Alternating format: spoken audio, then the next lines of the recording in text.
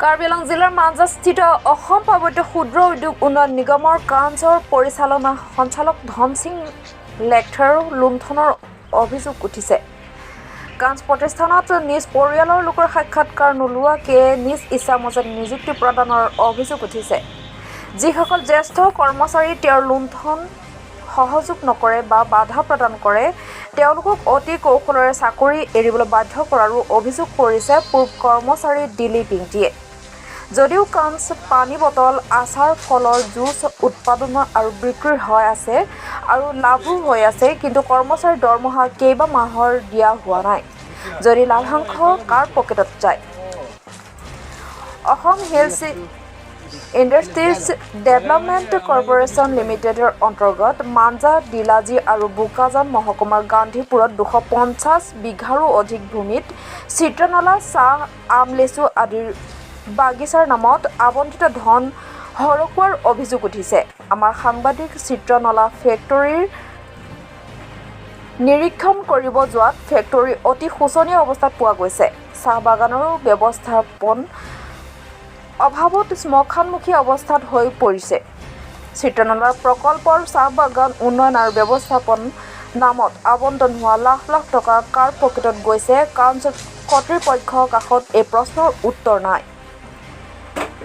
গন্ধীপুৰস্থিত অন্যান্য চিত্ৰনলা ফেক্টৰী কিন্তু ভালকৈ উৎপাদন ব্যৱস্থাপনা আৰু লাভাৰ্জন কৰি আহিছে, কিন্তু কাঞ্চৰ প্ৰকল্প ফেইল হৈছে বুলি গান্ধীপুৰৰ বাগানৰ কৰ্মৰত কৰ্মচাৰী আমাৰ সাংবাদিকক জানিবলৈ দিয়ে।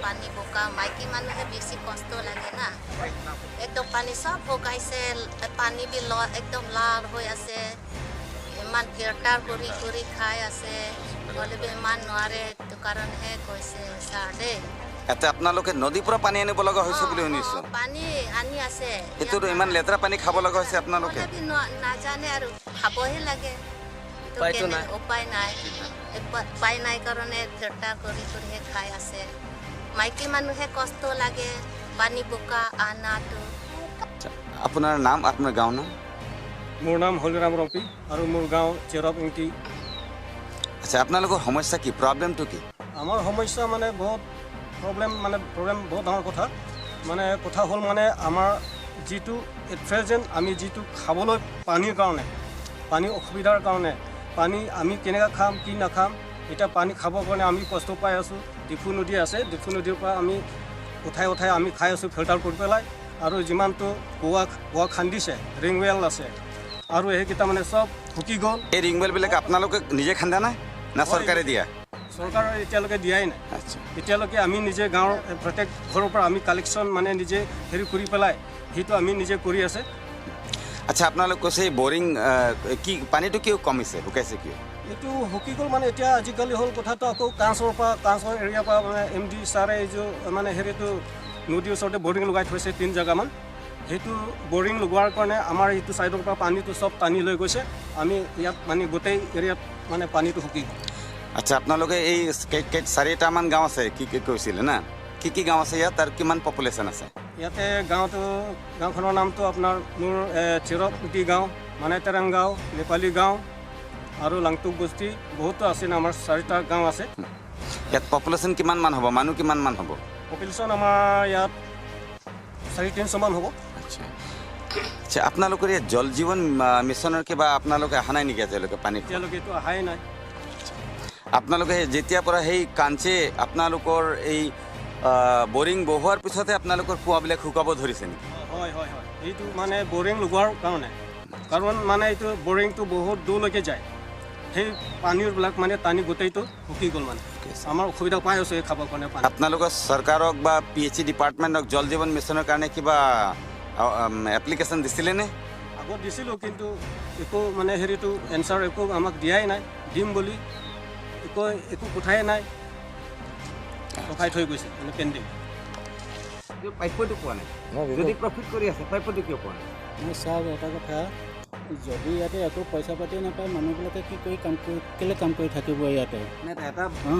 আপোনালোকে সেইটো এটা চিন্তা কৰিব যে আমাৰ ইয়াতে যদি কাম কৰিছে কিন্তু পইচা নাপায়, পইচা নাপালে জানো মানুহে কাম কৰি থাকিব এনে বছৰ দিন ধৰি সেইটো এটা ষ্টাফৰ মানে এইটো ইয়াতে ৰেগুলাৰ পে'মেণ্ট এইটো কাৰণেই হৈছে যে আমাৰ চৰকাৰৰ ফালৰ পৰা আমাৰ ইয়াতে কোনো দৰমহা ৰিটাৰ্ণত মানে কোনো পইচা নিদিয়ে আমাক স্কিমৰ অলপ টকা দিছে সেই স্কিমৰ টকাৰ পৰা আমি ইমপ্লিমেণ্ট কৰি সেইটোৰ পৰা প্ৰফিট মাৰ্জিন উলিয়াই পেলাই আমি দৰমহা দিব লাগে এইটোতো গভৰ্ণমেণ্টৰ পৰা আমাৰ ডাইৰেক্ট 100% শ্বেয়াৰ আছে হয়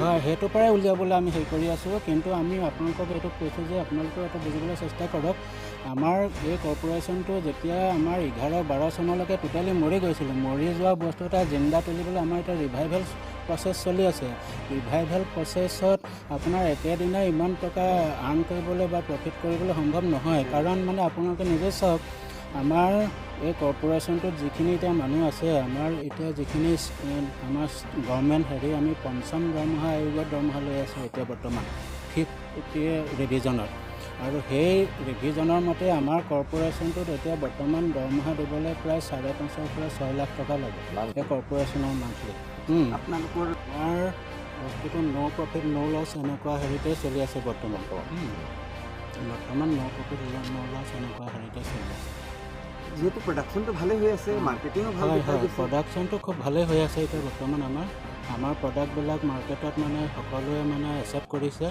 হেৰি হৈ আছে কিন্তু এনেই আমাৰ মানে একুমুলেটেড আমাৰতো প্ৰফিটত আছে কিন্তু যদি আমাৰ ষ্টাৰ্টিঙৰ পৰাতো আমাৰ একাউণ্টছ হয় ন যিটো আমাৰ কৰ্পৰেশ্যন 1968ৰ পৰা আৰম্ভ হৈছে আৰু আমাৰ মাজতে এই কৰ্পৰেশ্যনটো আপোনালোকে জানে 2000 চনৰ পৰা 2011-12 চনলৈকে টোটেলি ডেড হৈ গৈছে ইয়াতে মাখি এটা পৰিবলৈও কোনো অহা নাছিলে বা এনেকুৱা ধৰণৰ মানুহো নাই হেৰি নাই ৱৰ্কিং কেপিটেল নাই চৰকাৰেও টকা দিয়া নাই এনেকুৱা ধৰণৰ অৱস্থা হৈ পেলাই একদম টোটেলি মৰি গৈছিলে তাৰপিছত আমাৰ যিজন এতিয়া বৰ্তমান মেনেজাৰ আছে ধনসিং লেকথি ডাঙৰীয়া তেখেতৰ ইনিচিয়েটিভত এই কৰ্পৰেশ্যনটোৱে বৰ্তমান পৰ্যায়লৈকে প্ৰাণ পাই উঠিছে আপোনালোকৰ এটা টি গাৰ্ডেন আৰু চিত্ৰনালা যিখন তাৰ অৱস্থা বহুতেই বেয়া 200 বিঘামান কৰিছে কিন্তু কোনো মেইনটেনেন্স নাই চৰকাৰী পইচা অপব্যয় কৰা হৈছে চিত্ৰনলা বাগান আমাৰ মাঞ্জাত আছে আমাৰ এইখন 1980 চনৰ পৰা টি গাৰ্ডেন আছে বোকাজানত টি গাৰ্ডেন আছে আৰু ধৰক এইখন আমাৰ মাঞ্জাত আমাৰ চিত্ৰনলা বাগান আছে চিত্ৰনলা বাগানৰ পৰা আমাৰ চিত্ৰনলা প্ৰডাকশ্যন আৰু চিত্ৰনলা তেলটো ওলাই আছে যি অৱস্থা দেখিছোঁ এতিয়া চাওক এতিয়াতো বৰ্তমান অফ ছিজন এতিয়া চিত্ৰনলাই কওক চাহ বাগানেই কওক আপোনাৰ প্ৰডাকশ্যন নাই যোৱা বছৰটো প্ৰডাকশ্যন নাই মানে যোৱা বছৰ একদম বৰষুণ নাই বৰষুণ নহ'লে এইটো আমাৰ ধৰক হাৰ্বেল প্ৰডাক্ট হয় ন যদি আপোনালোকৰ ওচৰত সৰু গাৰ্ডেন দেখা গৈছে তেওঁলোকে দেখোন ভালকৈ মেইনটেনেন্স যদি খালি বৰষুণৰ ওপৰত ডিপেণ্ড কৰিলে আপোনাৰ নচলিব সেইটোতো হয় আমাৰতো ধৰক ফাৰ্টিলাইজাৰ পানীৰ ব্যৱস্থা কৰিছে আপোনালোকে কিন্তু তাত একো মেইনটেনেন্স নাই 200 বিঘা ওপৰত যিমান ইনভেষ্ট কৰিছে পইচাটো একেবাৰে অপব্যয় হৈছে তেনেকুৱাটোতো হ'ব নালাগে কিন্তু আমাৰ যিটো আমাৰ চিত্ৰনলা বৰ্তমান এইটো যিটো মাঞ্জাত চিত্ৰনলা বাগান চলি আছে এই বাগানৰ পৰা আমি ধুনীয়াকৈ প্ৰডাকশ্যন পাই আছোঁ আৰু এইটো তেল চাওক এইটো আমাৰ টি গাৰ্ডেনটো বৰ্তমান অনগয়িং স্কিমত আছে এইটো আমাৰ তাৰ পৰা ফুল ফ্লেজ প্ৰডাকশ্যন হ'বলৈ এতিয়াও বাকী আছে আৰু এইটো এতিয়া মেইনটেনেন্সটোতো আমাৰ যিখিনি কৰিব পৰা কেপাচিটি অনুসাৰেতো কৰি থকা হৈছে এনেকুৱা দেখিছে আপোনালোকে মই কওঁ আপোনালোকক জুলাই আগষ্ট মাহত আমাৰ বাগানত যাব নিশ্চয় ভাল ফল দেখা পাব আপোনালোকৰ ষ্টাফ কেইজনী আমাৰতো গোটেই কৰ্পৰেশ্যনত মিলি পেলাই 70 ষ্টাফ আছে এইটোতে আমাৰ ধৰক দুটা আছে এটা হেড অফিচ আছে আৰু এটা মাঞ্জা ইউনিট আছে এই মাঞ্জা আৰু হেড অফিচ মিলি পেলাই টোটেল কিমানজন আছিলে 75 গোটেই কৰ্পৰেশ্যন মিলিহে আছে মই হিচাপটো পাহৰিছোঁ এডভাৰটাইজমেণ্ট কৰি আমি ইয়াতে ইণ্টাৰভিউ পাতিও মানুহ লৈছোঁ কিন্তু ইয়াতে আমাৰ কি হৈছে আপোনালোকক এইটোতো মই কৈ আছোঁ যে আমাৰ 2012 চন 13 চনলৈকে কৰ্পৰেশ্যনটো মৰি গৈছিলে আৰু তাৰ বিনিময়ত কি হৈছে এইটো যেতিয়া জিৰ' অৱস্থাত হৈ গ'ল তাৰ পিছৰ পৰা আস্তে আস্তে এইটো ৰিভাইভ কৰিবৰ কাৰণে হেৰি হৈছে। প্ৰথম আমাৰ ধৰক 30 লাখ টকাৰ এটা ৱৰ্কিং কেপিটেলৰ পৰা আমাৰ দেউথৰ পানী প্ৰজেক্টটো কৰা হৈছে। দেউথৰ পানী প্ৰজেক্টটোৰ পিছৰ পৰা সেইটোতো কোনো চৰকাৰে আমাক ইনভেষ্ট কৰা নাছিলে টকা। যেতিয়া অৱস্থাত একোৱেই নাই তেতিয়া মানে কি বৰ্তমান ট্ৰেণ্ড চলি আছে মাৰ্কেটত সেইটোৰ ওপৰত নিৰ্ভৰ কৰি পেলাই আমি তেতিয়াতো আমাৰ পানী প্ৰজেক্টটো আমাৰ কৰ্পৰেশ্যনত নাছিলে। তেতিয়া আগতে প্ৰথম অৱস্থাত চুগাৰ মিল আছিলে, ছাকচেছ নহ'লে। তাৰপিছতে মাষ্টাৰ্ড অইল মিল হ'ল। মাষ্টাৰ্ড অইল মিলটোতো ইমান এটা ভালকৈ হেৰি নহয়। তাৰপিছত আমাৰ এইটো পেকেজ ড্ৰিংকিং ৱাটাৰ নোহোৱাৰ কাৰণ আপোনালোকে প্ৰাইভেটবিলাকতো ভালকৈ চলি আছে, আপোনালোকে চৰকাৰীও ফাণ্ড এল'কেট কৰে, তথাপি আপোনাৰ ছাকচেছ নোহোৱা কাৰণটো কি বুলি এইটো চুগাৰ মিলটো আমাৰ টেকন'লজি ফেইলাৰ। মানে অইল মিল মিলটো আমাৰ হেভি ইনভেষ্টমেণ্ট লাগে ইয়াতে। আমাৰ সিমানটো ৱৰ্কিং কেপিটেল নাই। ৱৰ্কিং কেপিটেল যদি চাফিচিয়েণ্ট হয় আমাৰ এইটো ভালকৈ আমাক চৰকাৰে সেইমতে টকা দিয়া নাই ৱৰ্কিং কেপিটেল। আৰু এতিয়া ধৰক আপুনি ৰিটায়াৰ্ড হয়। কেতিয়া ৰিটায়াৰ্ড? এই 31 ডিচেম্বৰত হৈছে। এই 31 হয়। আৰু আপোনাৰ 2020 31 জানুৱাৰী। আপোনাক মানে ইমানবাৰ এক্সটেনশ্যন দিয়া হৈছে, মানে বেলেগ কি নিউ জেনেৰেশ্যনৰ কোনোবা মানে নতুন আনএমপ্লয়েড ইমান মানুহ আছে, না তেওঁলোকক কিবা এটা আমাৰ সুবিধা দিয়া কথা হ'ল কি, ধৰক আপোনালোকক যদি এক্সটেণ্ডে কৰি থাকে ৰিটায়াৰ মানুহ, এতিয়া ধৰক বৰ্ডৰ ডিচিশ্যন এইটো মোৰ জেগা ৰিপ্লেচমেণ্ট তেনেকৈ বিচাৰিও নাপায়। মই স্পেচিয়েলি কৰ্পৰেশ্যনে একাউণ্টছটো কৰোঁ, এনুৱেল একাউণ্টছ কৰোঁ, অডিটিং হয়, এইটো CAG অডিট হয়। আচ্ছা, আপোনালোকৰ প্ৰত্যেক বছৰে অডিট হয়? আপোনালোকৰ প্ৰত্যেক বছৰৰ প্ৰফিট পাৰ্চেণ্টেজ কিমান আহি আছে? ফাৰ্ষ্ট ইয়াৰেতো প্ৰফিট অহা নাই তেনেকৈ এতিয়ালৈকে ফাৰ্ষ্ট ইয়াৰ অহা নাই। এতিয়াতো ধৰক বৰ্তমান মানে 22-23টো কৰা হোৱা নাই এতিয়া। তাৰ আগৰটো অলপ ক'ভিডত অলপ হিট হৈছিলে।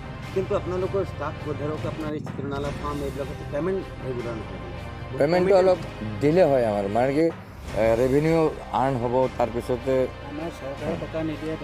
যদি প্ৰফিট চলি আছে তো চেলেৰি ৰেভিনিউ আহি আছে, আপোনালোকে পানীটো চেল কৰে, হয়তো দি থাকে, ধৰক অলপ দেৰি হয়, কেতিয়াবা 2 মাহ 3 মাহ এনেকৈ।